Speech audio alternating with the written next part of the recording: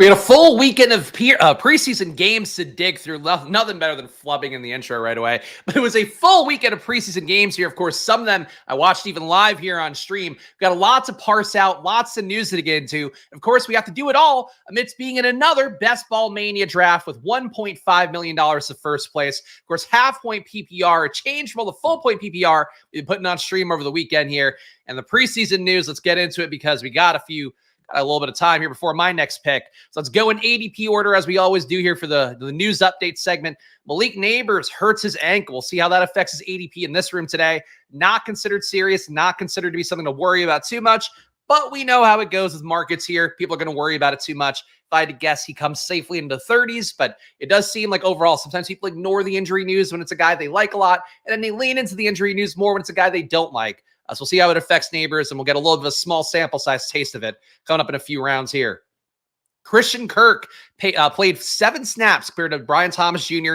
and Gabe Davis's 9. People not thrilled to see that one. Kirk was not in 12 personnel, which is basically the same thing that happened at the start of last year. It is a weird observation that goes hand in hand with Travis Etienne. So Travis Etienne got all the first team work as well at RB. Tank Bigsby looked really good compared to how he's looked in the past with the second team, but it feels like every year. So the Jags last year don't play Christian Kirk in 12 personnel, end up moving him there when Zay Jones in particular gets hurt. It impacted that, but I think they also realized Christian Kirk, we need him out there. This year we're in the same thing again, where they have new receivers coming in. They don't put Christian Kirk in 12 personnel. I would expect at a certain point they're gonna have the same realization of, oh yeah, Kirk's really good and he's a guy that moves the ball for us over and over again. So I'm not worried about him, but if I had to guess, he's gonna fall to the mid 50s, late 50s.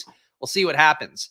I'll go Puka Nacua here. Obviously, he is another guy banged up. Jordan Whittington looking good for the Rams. Maybe he gives people a little bit of cause for concern for Puka, but I won't have any here. We'll go his way. Other news items here. We're going to go, again, a lot here, so bear with me. Hollywood Brown injures his sternoclavicular joint, which is the same injury a while back that knocked out Tyreek Hill, left him on the sidelines for a month. Hollywood Brown, a little bit of a softer player, I suppose.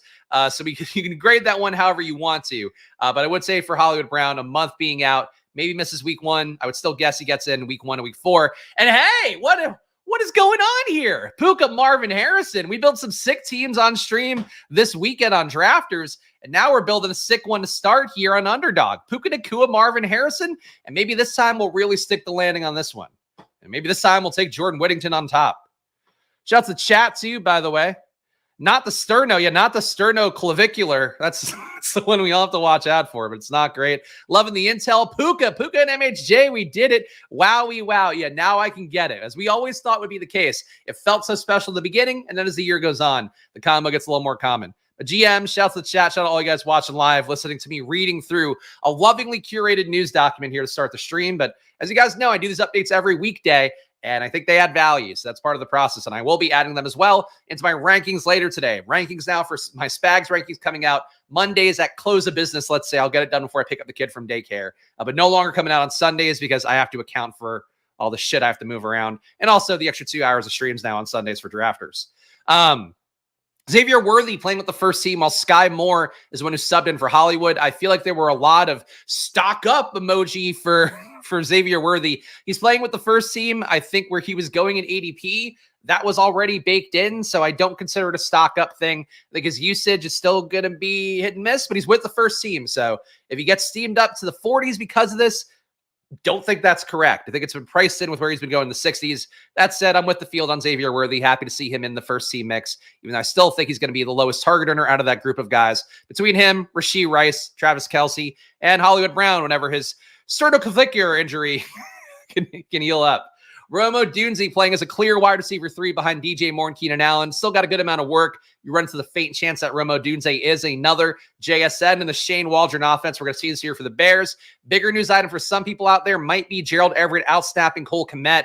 In the past, Shane Waldron has had, we'll call it a hard-on for Gerald Everett. He's brought him everywhere he's been, basically, has used him a lot whenever he's been available. Now we bring him over to the Bears. That was some of the signal there. I think Coach Speaking Next might have had this earlier than anybody, talking about how Waldron speaks very highly of Everett. They didn't sign him and bring it in. So maybe not a shocker. Kmet's ADP is probably going to fall a good amount.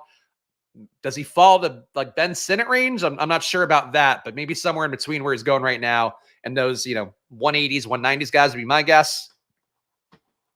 A little annoyed that I started talking Whittington a little over a week ago. Now everyone's going to start. I've been taking him for a while, but yeah, I mean, he's had good signal for a while. He's still, to me, the wide receiver 4 bet. Like Demarcus Robinson is the better bet, but a young guy, he's got some Puka-like traits. They keep referring to him like a Deebo Samuel. I think that there's certainly some utility for Whittington, but he is still, to me, your 18th round, 20th round pick when you have a bet on the Rams, bet on Arizona. Still don't think a guy you go out of your way to get, nor should you for any wide receiver 4, really. We'll talk more about that in a moment. Michael Mayer outsnaps Brock Bowers, would both play a lot. Again, outsnapped by 1 snap. It's not that big of a deal. Bowers has moved all over the formation, which is probably a good thing for him. In terms of the usage, we'll see how that holds up. I feel like teams sometimes do this in preseason, then ramp it back down to what a more normal usage would be for a player in that position. But for Bowers, he played in the backfield, play out of the slot. I expect him to play out of the slot, not a tight end, a good amount, and kind of play those interchangeably. But a lot of 12 personnel. So that was the thing that I had guessed early on when the draft pick first happened. It's actually been the case. So Michael Mayer, to me, probably shouldn't go undrafted. He should be treated more like an Isaiah Likely kind of guy. Guy's going to be on the field with star tight end, and a guy who's going to sometimes get some decent work along the way. We have Chase Brown playing all the snaps, including third long with Zach Moss out for the Bengals. So all the talk has been that Chase Brown has basically been the RB1 there in terms of his usage. Zach Moss ahead in the depth chart. Zach Moss setting out as a vet. That's fine. But Chase Brown going to be in the mix, going to be used pretty well, and seemingly going to get some third down work for himself as long as he's on the field during a drive, it looks like. Dontavian Wicks caught the big touchdown, still played the 4th most snaps, a wide receiver for Green Bay. I don't think Dontavian Wicks should be getting steamed up. He had a big play. We know he's a good player. The question to me has never been about him being a good player. It's about, can he get on the field when Love trusts Dobbs so much, when Watson's got juice, when Reed's got a lot of juice. Still think it's the same situation, but people now think it's a new one, and I would say it is not. We have a Rams-Arizona start here. Derrick Henry in a hero build would not feel awful, but I think we're going to get some, well, I'm actually not sure if we're going to get RB values coming up. I am going to go Tank Dell, though. I really would like to load this team up with some of my faves and give me some optionality, too, for what to do with my next pick. So Puka Nacua, Marvin Harrison start, Tank Dell. If I can get Zay Flowers back, I wouldn't be mad at it. And it might be a spot as well where I'm not opposed to going up and getting Trey McBride just to get the full Arizona nuts. But we'll see what we get here. Let's go to the board view. These guys are going to load up on RBs in the corner, I feel like. But a Saquon at 14. Derrick Henry is probably creaming himself over getting the Derrick Henry value here. I have no issue with Derrick Henry, but I don't want to do it today. Zay Flowers goes, all right. So this is a tough part. Laporta, I've got a good amount of. Wouldn't mind getting more. We do have the Puka Nacua, Marvin Harrison start. Trey McBride here would feel pretty good. The downside is I pretty much would be boxing myself into having to take Kyler Murray at pick 63 because Kyler Murray often doesn't come back to 82. Oh, this is tough. This is tough for me. But I am going to go Trey McBride. Let's try to get this combo being really good.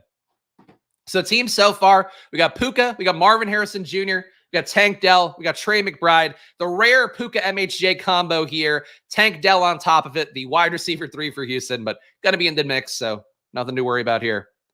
Let's see. Got Kendrick here, top of the morning. Spags BBM 5 winner, here to witness history. Thank you, Kendrick. I appreciate it. You are my perpetual hype man, and I will never not be grateful for it. I'll always be grateful, be the better way to say that instead of 2 double negatives. We got Chase Brown playing all the snaps on Tavian Wicks. A.D. Mitchell started in the slot for Indianapolis. So it was a weird thing where I was watching it live while I think I was watching Tyler and Bindle streaming yesterday. We saw that Ashton Doolin was the guy on the graphic. So a little bit odd. I guess they changed their decision before the game and then put A.D. Mitchell starting in the slot. A.D. Mitchell started, came out on 3rd downs for Anthony Gould out of the slot.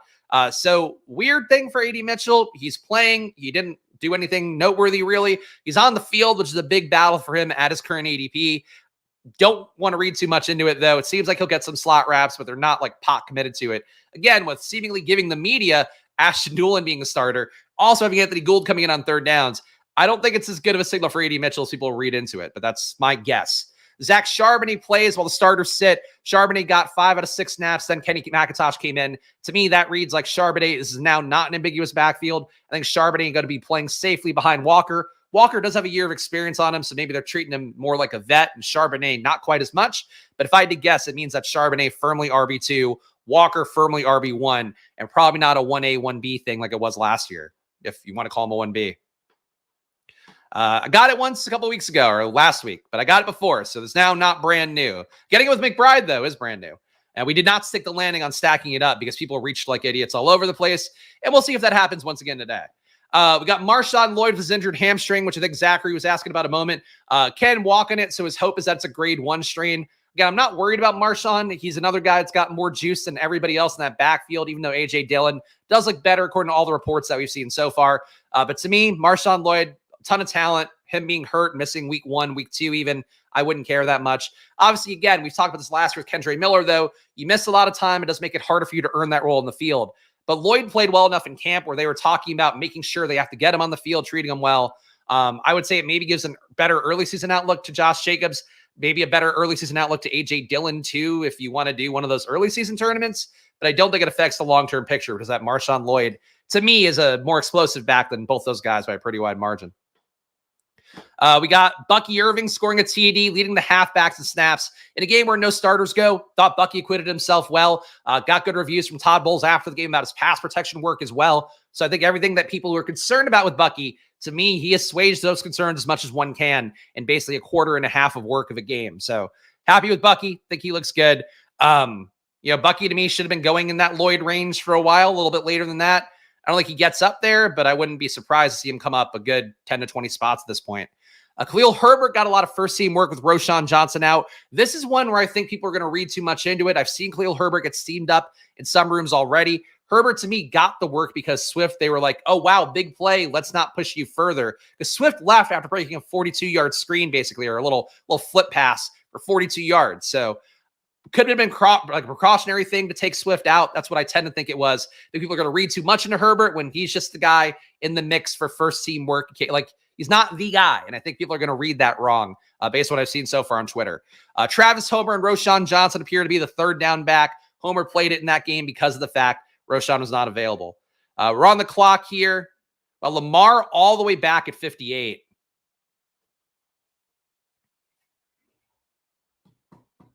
Backdooring Lamar never feels like a great time. And we do have some players that we could take at receiver that would feel pretty good. But Hollywood's going to fall. Ridley, I'm going to go Lamar. We have the Houston bet. The issue with Baltimore is like taking late guys with them does not feel pretty good. But Lamar at 58 just does not happen that often. And we have this Puka MHJ start. The issue is now I can't take Kyler at 63 no matter what. We're going to try to push Kyler around and pray. Never mind. Kyler went at 59. This guy, I think, got mad at me taking Lamar and took Kyler out of spite. Unbadged drafting in midseason form here on stream. All right. What a fucking dumb shit. But that is the name of the game that we are in right now. AR, a slide. He's also a week 14 bye. He's not going to be the pick. Hollywood Brown coming down. I'm not concerned about him, but he's not a big enough discount at this point. Mixon fits the bet as well. We're just going to keep building it out. We're going to take Joe Mixon. That guy, absolutely, though, a non-badge drafter, freaks out and takes Kyler Murray because he had 2 Baltimore guys and thought he was going to get basically free Lamar. Sorry for that guy, but that's a classic non-badge move. Lashing out because you don't get your QB. Bucky, top 5 most drafted for Zachary. Hey, great call. Do I think Kmet can be relevant this year with Everett's usage? Yeah, I mean, Kmet's a better pass catcher. I think he'll still get that work. The bet for me with Kmet was never one that he's going to be on the field a ton. It's a bet like similar to Dalton Schultz. Dalton Schultz will be on the field a lot more. There's nobody really pushing him for time unless Cade Stover starts being a beast in a way that's unexpected.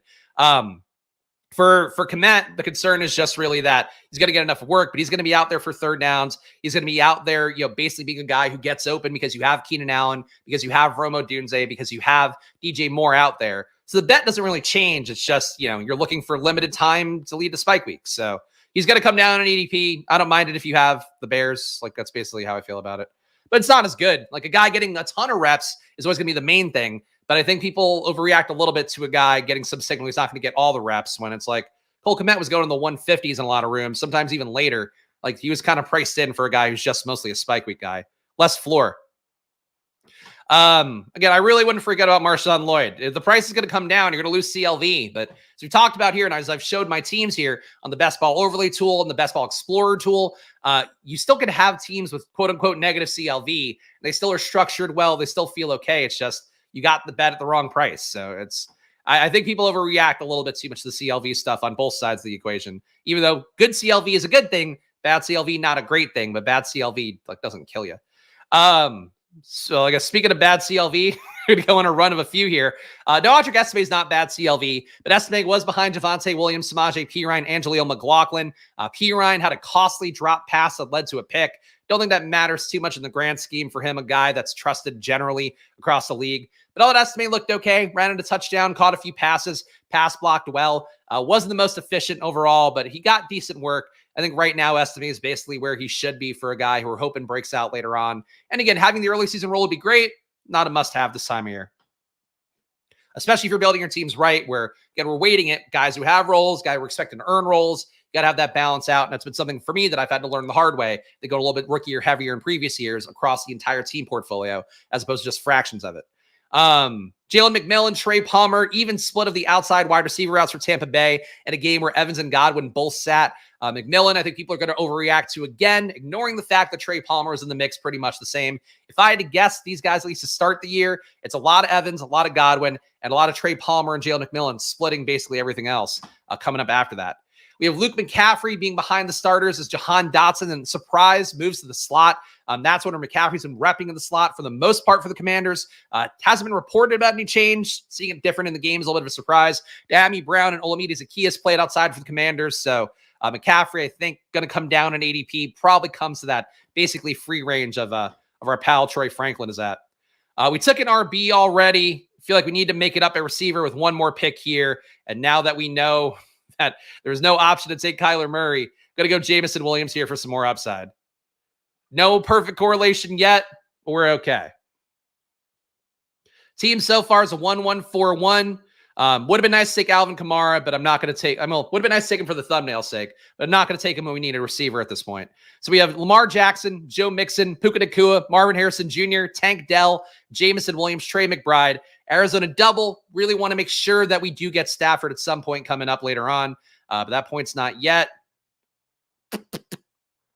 Addison and Hopkins, kind of similar place to me. One we expect to not get suspended, though there is a faint shot. Hopkins we expect to be going by week 1 or week 2, but obviously some risk that he doesn't go right away. I think either of these guys would be a fine wide receiver 5, though. I'll go Addison. Got to get our 5 receivers through 100 picks no matter what. It's always going to be the goal here. So, team so far, Lamar, again, took him at the big discount at 58. Just didn't make sense for him to fall that far.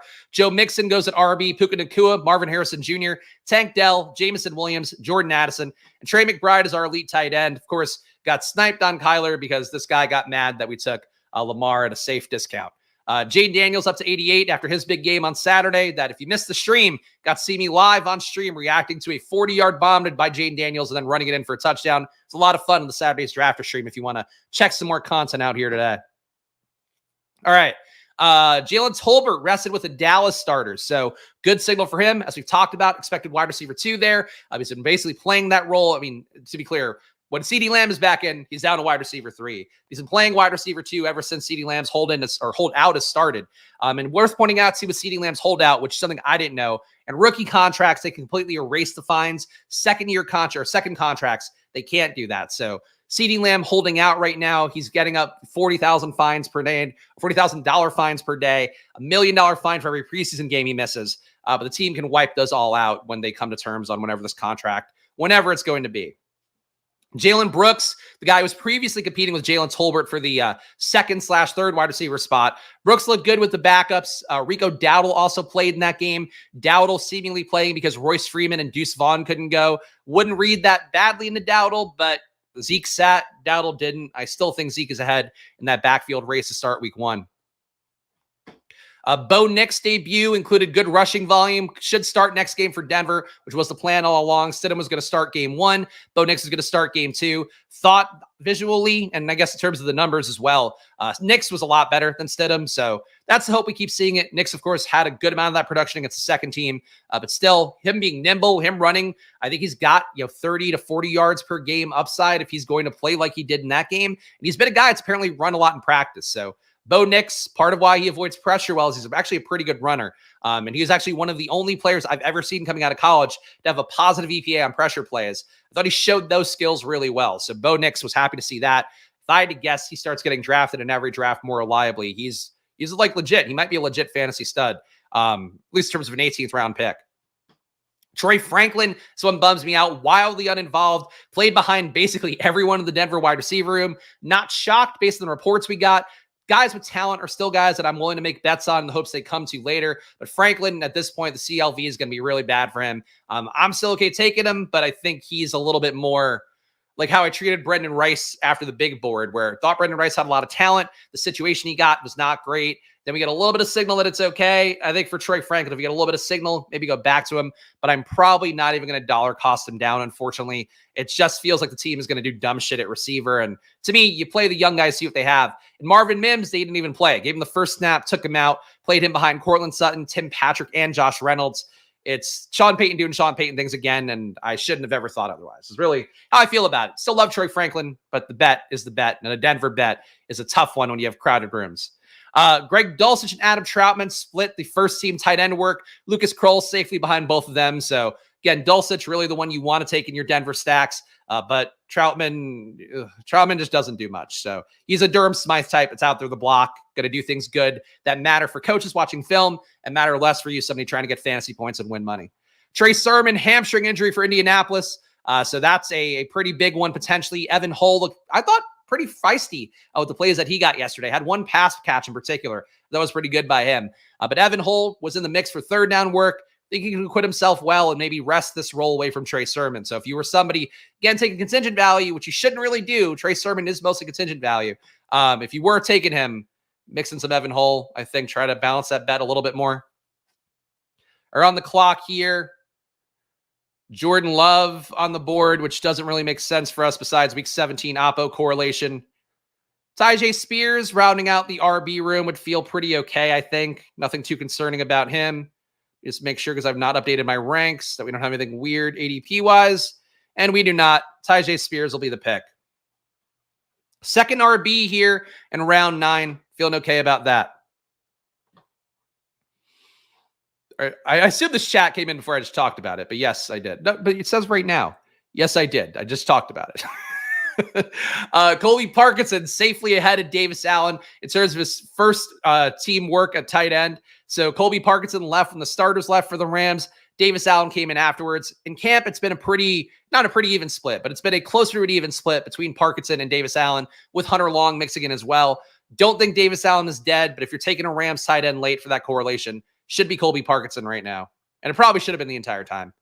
A little bit of a discount. No, actually, guess not really. Singletary's ADP is leveled out. Really seems like not a discount on the board.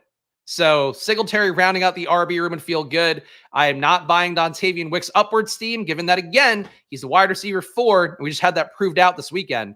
Singletary is the pick for me. RB3, Devin Singletary. We'll figure out the rest once we get through this fucking never-ending news document.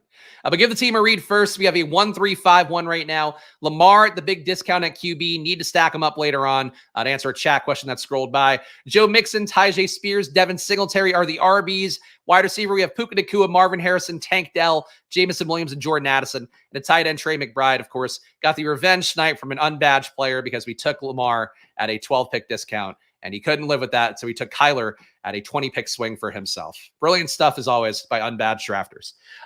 Jordan Whittington targeted 7 times on 20 routes the first team. I thought was pretty important. Whittington is a guy that, again, we think is going to be behind Demarcus Robinson. The usage in that first game where we had the starter sitting, Whittington coming in, Whittington playing, rather. he's going to be behind DeMarcus Robinson. But if Robinson goes down, if Whittington keeps playing well, maybe he could squeeze Robinson a little bit. I think he's viable as a last round pick as well in those Ram stacks. And I would say in situations where you have a lot of falling for the Rams, and given how high Cooper Kupp and Puka Nacua go, I think going Stafford, Colby Parkinson, and Jordan Whittington as like your backdoor Ram stack. I think I've done it on stream, but I think doing that as a backdoor Ram stack, it doesn't really make sense as like your primary stack, because like you're not making a good season-long bet. If Matthew Stafford's going to have a great year, it's going to come with Cooper Kupp or Puka Nacua having a great year as well, at least one of them, if not both.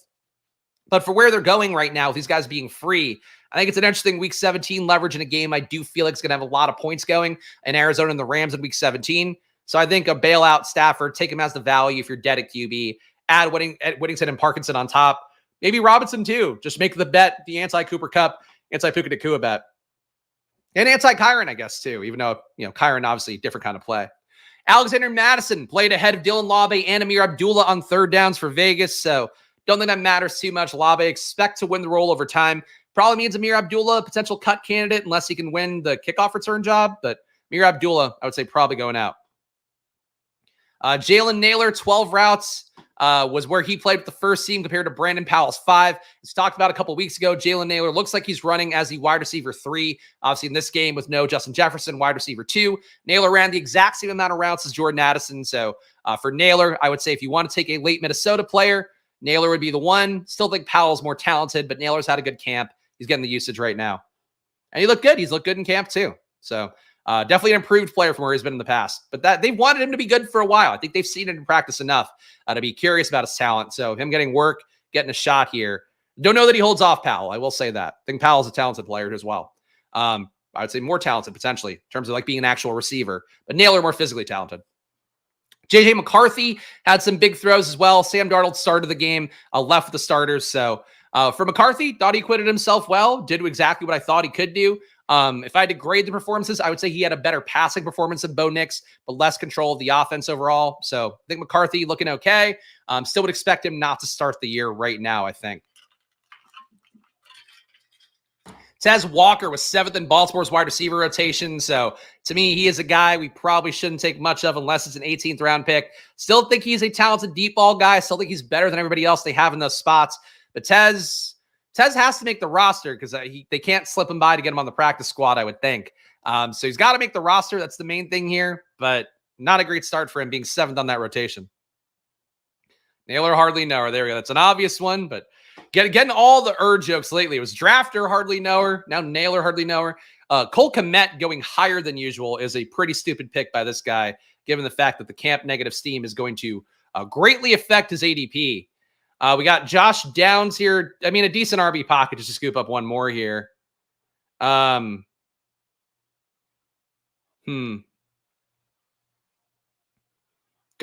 I mean, I take a lot of Gus. At a certain point, I think I have to take less Gus. But that's not today. I think Gus is the pick for this first one here. So we get our 4th RB in. Again, when you start this heavy at receiver, premium deviation for tight end, premium deviation for QB. Got to dig out of a hole in the position that we didn't get a lot early on. So even though Mixon would technically be a hero RB, I do want to make sure I'm not bled out at this position. So we'll go with those guys, and let's see what these guys do with their next picks. And we'll finish the news at some point. Fucking a lot of goddamn news. What do I think of Kirk? I said up top, think it's just the same thing as last year, where they're going to learn eventually that he's probably the one you want out there more. If I had to guess, it'll probably come at Gabe Davis's expense. But he's a guy that they do the same thing. Jacksonville's a team like just repeats the same shit over and over again. Last year, they want to give less work to ATN, give more work to Bigsby, then they repeat the cycle again. Same thing this year where it's like, okay, last year they want to get Kirk off the field in 12 personnel. Now he's back out doing this exact same thing after he got on the field last year against their initial intent. Don't mind Eckler here. Josh Downs at receiver would be okay. I think Eckler's a guy I would like to get more exposure to.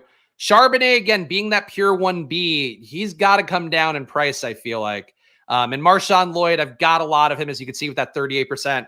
Not opposed to dollar costing him down, but certainly not going to reach for Marshawn Lloyd at this point in a draft. So we have a 1-5-5-1 here. We have Lamar at QB. Of course, the big value on him, could not pass that up, I felt. Joe Mixon, Tyjae Spears, Devin Singletary, Gus Edwards, and Austin Eckler. Puka Nacua, Marvin Harrison Jr., Tank Dell, Jamison Williams, and Jordan Addison, and a tight end, Trey McBride. So well-balanced team so far. Obviously, have to get a little more correlation with Lamar to make that part make sense. Could do him unstacked, but that's never really the way I want to play it.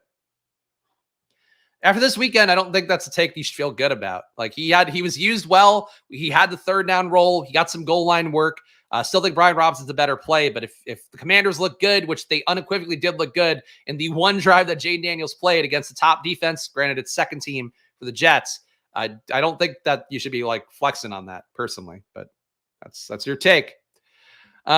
Breaking news, Spags wins $1.5 million drafting a best ball team. Dare to dream. Maybe the Austin Eckler pick is the one that kills me now. But yeah, Eckler, like that was a good signal for Eckler. I don't know why this would be the time you go, I got 0% Eckler and I'm proud of it. Like he's going to come back up now because he got good usage. Yeah, 0% Tom Brady you could feel good about unless you are doing overrated, overpaid TV announcer leagues. Then you got to have him as a first rounder potentially. All right. Last batch news item, but there's a lot of late news guys too. So Cedric Wilson led New Orleans in routes with Chris Olave not too far behind. Rashid Shaheed also out for New Orleans. So as I've speculated, Cedric Wilson is the wide receiver 3 you actually want for New Orleans. Still, A.T. Perry played well, mostly with the second team. Actually had Dennis Allen saying something nice about him for once. So not bad for A.T. Perry, but Wilson is a guy that gave money to. He's being used ahead. He's been used ahead throughout camp.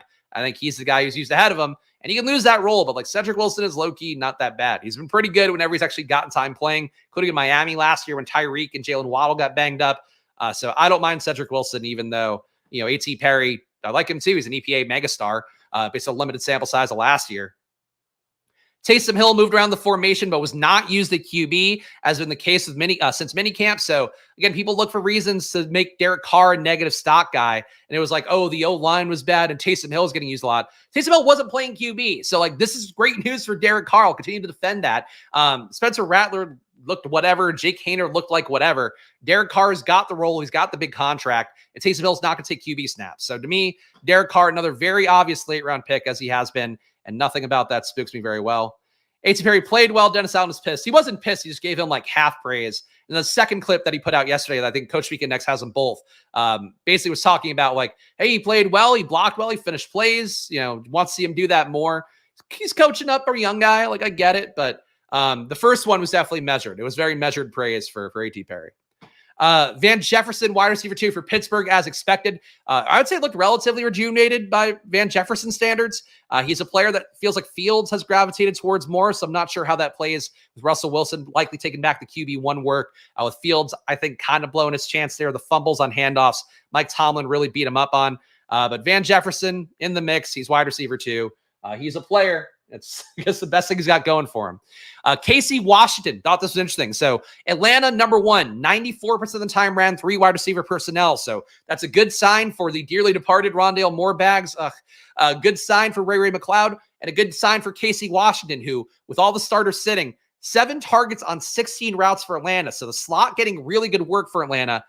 I think that matters. I don't think Washington is your go-to choice, but I would say if you have a Washington bet for week 17, if you have an Atlanta bet for week 17, tacking on one of Casey Washington or Ray McLeod, I think is the move. That role seems kind of juicy. McLeod's a guy that's been good in small sample size in the past, very low ADOT guy, but if you want to compare him, I would say he's kind of an Isaiah McKenzie type where feels like there's opportunity for him, and the usage was really good for the 3 wide receiver set. So I think the ATL 3 wide receiver thing, to me, feels kind of sneaky right now. And last news item here, MVS with the Buffalo first team more than expected. There are reports that Mac Hollins would be the guy. He wasn't. And again, MVS is not getting more work than Keon Coleman, not getting more work than Curtis Samuel or Khalil Shakir. He was out there for 4 snaps, which was more with the first team than anybody would have guessed. So MVS not dead, though. He certainly could be a guy. They're just trying to figure out and see if they want to keep him on the team. Matthew Stafford goes. Please tell me this guy's Cooper Kupp. He has Kyron Williams. This guy takes Stafford with Kyron. Not a logical bet, but he does it. Once again, I get Puka and MHJ, and I cannot get a clean pairing of it here on stream, but that's okay. Got to now dig a little bit deeper at QB. Marshawn Lloyd at 154 doesn't feel bad, but I would like to see where he bottoms out at. I think we're good at RB for right now. Leggett, tough camp for him. This is a gross spot. I'm going to go Musgrave. No, you know what? I'm going to go Leggett. Fuck. I think I want to keep room for a second tight end for reasons you might be able to guess, given my QB situation right now. So I don't want to go Musgrave, even though he would be week 17 correlation for Addison. Leggett going the wrong way. He's hurt. All right, so that seems like Lloyd's floor right now, mid 150s. So good to know. Really shouldn't go much lower than that with the hamstring injury being what it is. Leggett is behind Mingo for right now, yeah, but Mingo didn't do anything in the first game. Nobody did for Carolina, though. Don't mind Musgrave. God, this is really not a great pocket. Ugh. And Bateman already went to this fucking idiot who just keeps taking Baltimore. God damn it, man. All right, we're just going to do a 3 tight end build. I'm going to take Musgrave. This guy has quietly ruined my team because he got mad about me taking Lamar. But he takes Bateman as well, continues mega stacking Baltimore. So we don't get Bateman. I don't even know who a Baltimore bailout would be because Tez Walker is now, like, if he's going to be 7th on that depth chart, I don't think Tez is now an 18th round bailout guy to pair with Houston Baltimore stuff. Guy fucked me real bad here. Unbadged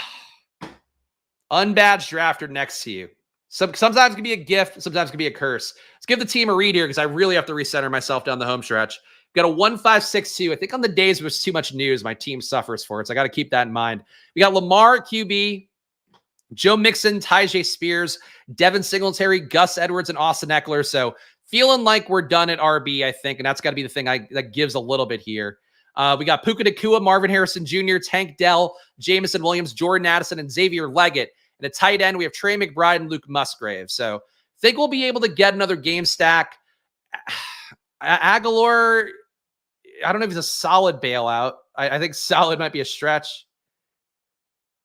Keaton Mitchell, I would honestly go Justice Hill, maybe more so. But we already have 5 RBs that are not bad. Man.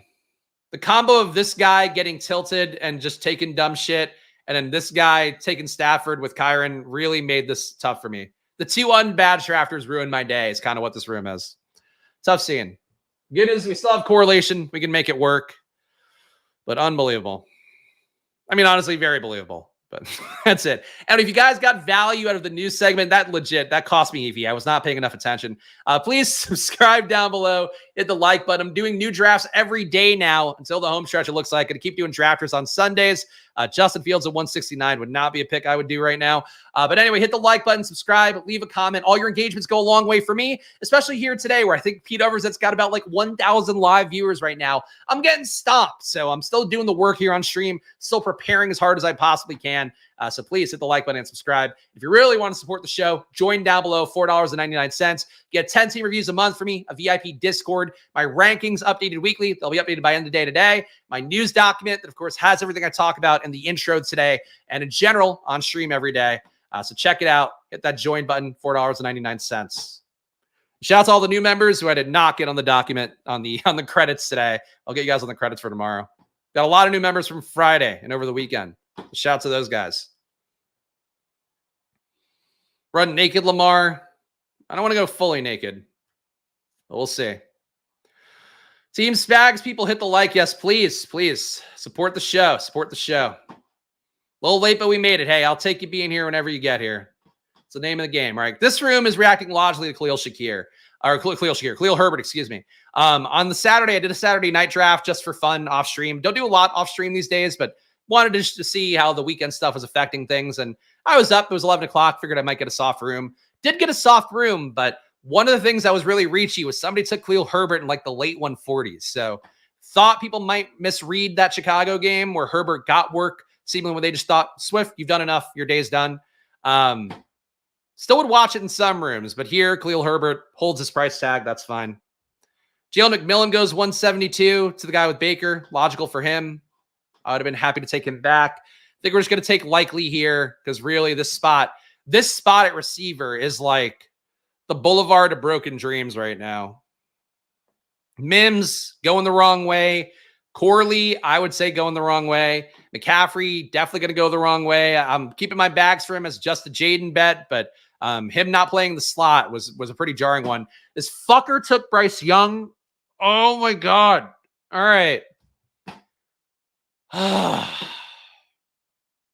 Irritating. Like, this team is still going to be fine because we have good receiver bets and we have Lamar, an elite tight end. But fuck, this team could have been a lot better. This team could have been a lot better if these guys just didn't death by 1,000 cuts me. All right.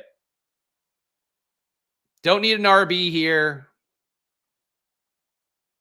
These guys, again, all going down. Do need a QB. I think we're going to do a thing that I do say to do enough. Going to go Daniel Jones and do the Daniel Jones bailout because we don't have any Vegas bets. I prefer Carr, but I'll go Daniel Jones. Motherfuckers, man. Mims can eat. I mean, anybody can theoretically eat, but it's really hard. With how that usage was for game one, it was the exact same bullshit as last year for the Broncos. So I would not hold Mims in high esteem. I would not hold Trey Franklin in high esteem right now, even though you might believe in the talent. And I do believe in the talent for both guys. I just don't. Sean Payton just does not want to use them in a way that gives upside. And yeah, I would say, I don't even know that's winning football games. He plays like the people that we don't like in best ball. Like when you're playing for median projections. If you're playing for median projections and most things you're going to lose because you're going to be trying to capture a median outcome. If your team falls a little bit short, your team is going to then not be good. If your team's a little bit better than median, great. You're in the middle of the pack of the league. Like that's how Sean Payton has coached this Broncos stint. And that's how I feel like it was on Saturday. Your one hope would be that Bo Nix, or yesterday rather, that Bo Nix is like really good and he helps make the Payton offense run better. But I don't know. I don't have the faith. Roshan Johnson scarred me last year, fading all Chicago RBs. It's got nothing to do with the team. You can't have priors like that. You're not like a bad YouTube betting content creator where you have no bet lists. Like it's a brand new team across every position. Why, like, including an RB getting a huge money deal. Just because you got burned last year doesn't mean you worry about it again. I know it's the same head coach, but like new offensive coordinator, new QB, loading up at receiver, more 3 wide receiver sets. Oh, boy.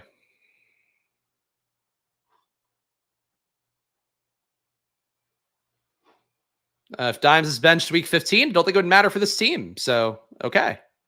Thanks, the league. Good work as always. Mims went to high school 2 minutes away from me currently, absolutely demolished every team he came across. Went to OU, barely got used. He was okay at OU. He was a good outside receiver. He and Trey Palmer were the only ones last year, besides Quentin Johnston, that looked like viable outside receivers. It ended up being the case in the class. I guess Xavier Hutchinson looked okay late. Matt Landers, I didn't think looked awful, but those guys didn't get drafted really.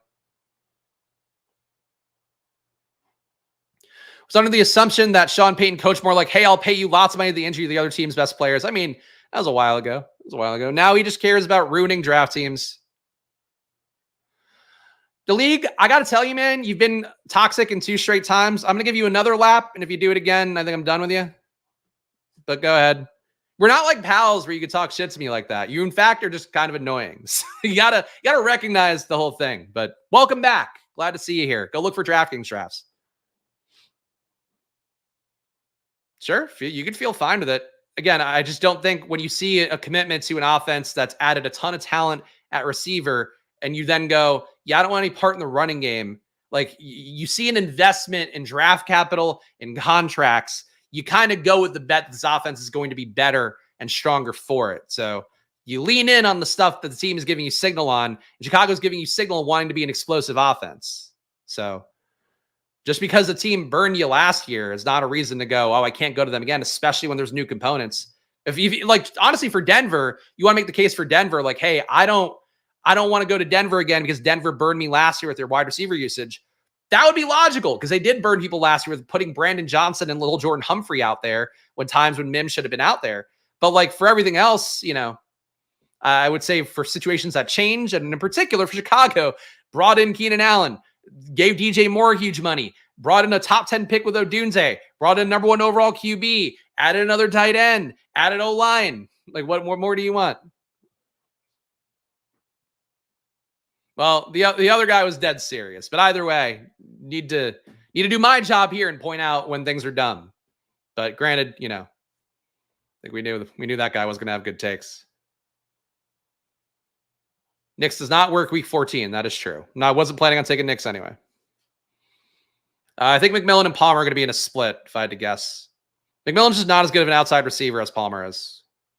But, yeah, and the usage in that first game was an even split between them. Obviously, that was without Evans, without Godwin.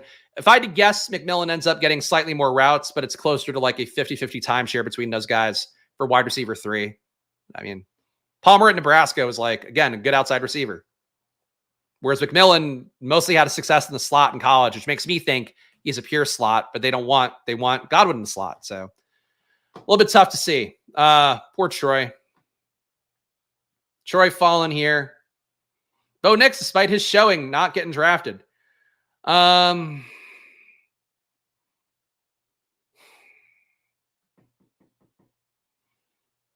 think JJ McCarthy as a third QB will be all right by me. We're going to get one more receiver, but we're not going to get it yet. We're going to go JJ McCarthy here, and we'll see what we get on the way back. Just got fucking scooped on stacks. The good news is we did leave this one with game stack. So we have a Baltimore-Houston game stack technically with Lamar and Likely, and then Mixon and Tank Dell coming back. We have a McCarthy stack technically with him and Jordan Addison, along with Luke Musgrave coming back. We have game stacks for week 17. This was just really a death by 1,000 cuts.